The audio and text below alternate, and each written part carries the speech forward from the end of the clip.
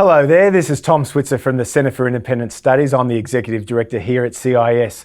Well, what a year, 2020. We've had an economic crisis, which is a virus-induced recession, obviously a health crisis with the pandemic, then a cultural crisis with the relentless attacks on Western civilization, as well as a strategic crisis with the rise of China and an erratic America. Now, given the extraordinary circumstances, and since relief in a crisis is a proper role for government, it was understandable that the size and scope of the federal government would increase dramatically. Now, you'd think that we at CIS, a classical liberal think tank that champions free markets and small government, we'd be depressed about the prospects of higher levels of government, and you're right. Jonathan Freedland, writing in the Guardian newspaper in the UK, at the onset of the crisis, he quipped, quote, "Just as there are no atheists on a sinking ship, there are no free marketeers during a pandemic." However, as we at CIS have made abundantly clear throughout the year, there should be no ideological validation from the radical emergency measures designed to save lives. After all, the recession, remember, is a result of the government policies to stop the spread of the virus. Now, one of our intellectual heroes, Milton Friedman, he used to say that nothing is so permanent as a temporary government program. As a result, we've been adamant that the large and massive expansion of the state in response to COVID-19 should represent a temporary state of affairs. So it seems like an appropriate way to introduce my friend and colleague, Professor Stephen Schwartz, a long-time fellow here at CIS and a former Vice-Chancellor at several universities, including Macquarie University here in Sydney.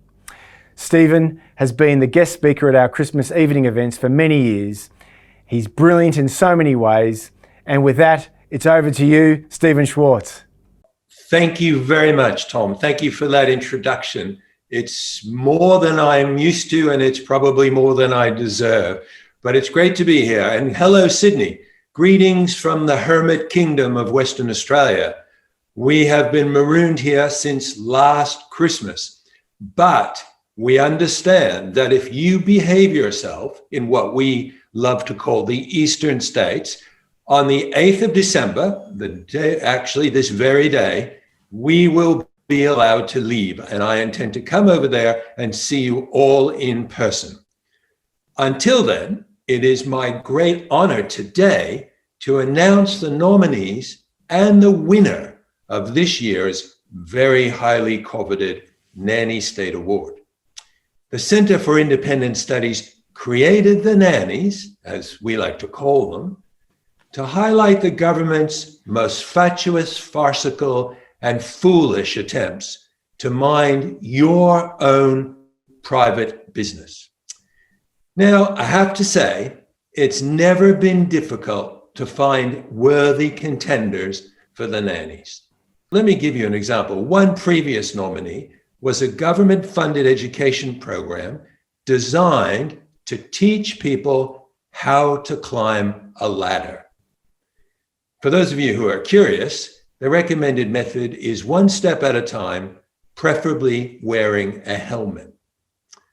Also nominated for a nanny in past years were the Bunbury City Council for its attempt to ban mermaids from its swimming pools, the New South Wales Police for trying to stop dancing at music festivals, and one of my very favorite nominees. This was a subsection of our vast federal bureaucracy, one that deals with cheese. Did you know the government, like Coles and Woolies, has a cheese section? Well, it does. And it decided to ban the import of Roquefort. Then it lifted the ban, and then it proposed to reinstate it again. Needless to say, all three decisions were based on the best of scientific advice.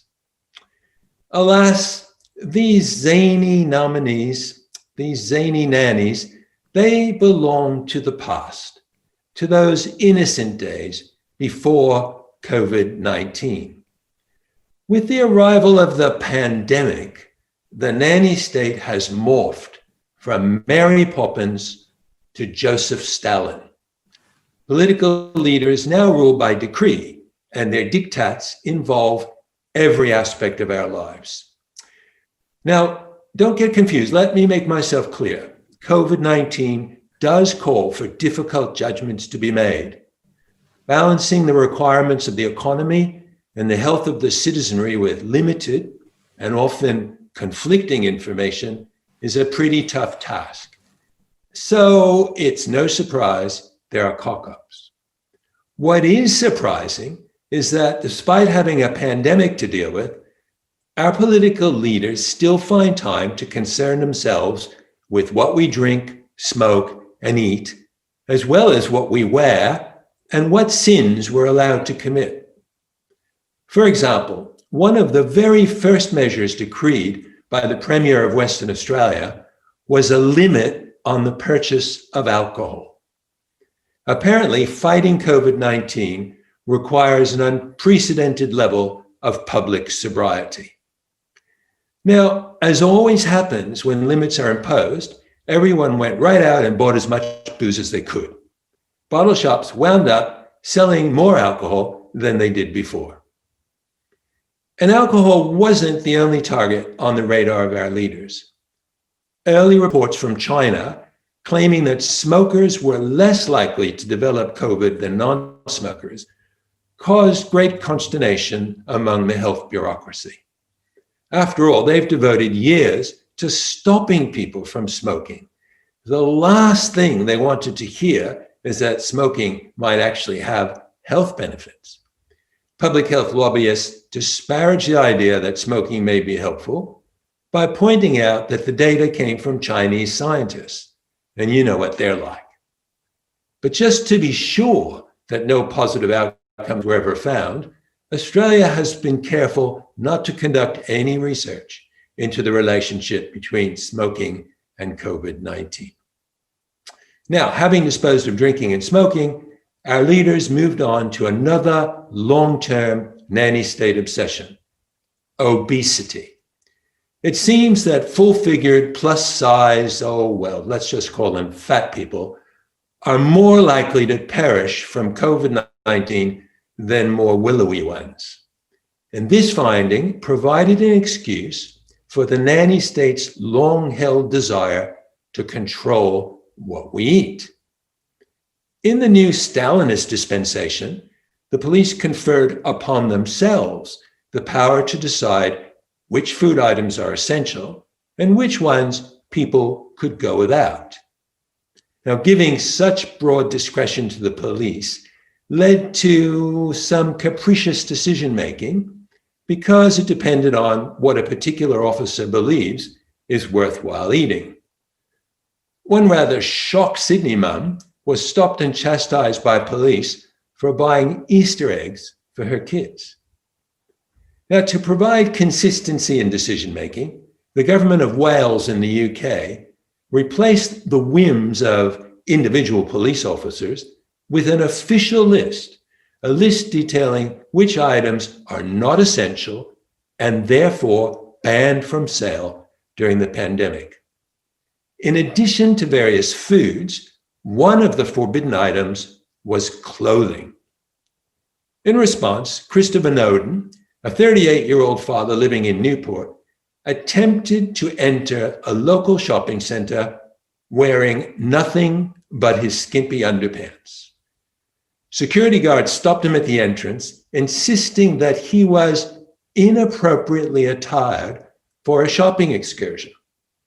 Noden argued that since the Welsh government officially deemed clothing to be non-essential, he didn't see why he had to wear any. Now, can we find equally absurd, bizarre, and ridiculous stories in Australia? Well, we're about to find out, because I'm now going to introduce the finalists for the 2000 Nanny Awards. For third place, the judges have declared a tie between two candidates. Both reflect the nanny state's long-standing animosity toward alcohol. The first nominee is an American government committee which wants men to limit their consumption to 1 drink per day. The committee based its recommendation on the latest and best science, of course. This science relies on asking people how much they drink. Now, who would ever lie about that? The American Committee shares third place honors with the Royal Australasian College of Surgeons, which is campaigning to lower the alcohol blood limit for drivers to 0. An entirely vain campaign, I believe, given the alcohol consumption of most doctors. Illustrating the problem of leaving discretion entirely to police officers, second place in this year's Nanny Awards goes to the New South Wales Police, who issued a $1,000 fine to a man caught eating a kebab while sitting alone on a bench. When learning of this news, the Premier of Western Australia laughed and announced that sandgropers are free to eat kebabs while sitting alone on benches. Once again, it appears that the science of COVID protection varies across state borders. Now turning to the winner. The judges labored long and hard and had so many worthy nominees that choosing just one proved simply impossible. So they've chosen the whole lockdown experience, a state-by-state patchwork of rules, decrees, and regulations that have kept the country bemused, confused, and sometimes amused. Fortunately, salvation's on the way. Vaccines will soon be available. With luck, COVID will become just a bad memory, and the nanny state can return to its traditional concerns. Instead of living in the middle of a Stephen King novel, we can return to Mary Poppins and once again consider the proposition that a spoonful of sugar may be good for us after all. And so, of course, would a drink. So have one now for me, I'll have one for you, and Merry Christmas to all of you. Thanks. Professor Stephen Schwartz, thank you so much. And thanks to all of you for tuning in. And if you'd like to hear more about the Centre for Independent Studies, just go to our website, cis.org.au, and follow the prompts to our research, to our events and other videos. And of course, you can always find out how to support CIS. I'm Tom Switzer from CIS. Thanks so much for tuning in, and I hope you can tune in again next time.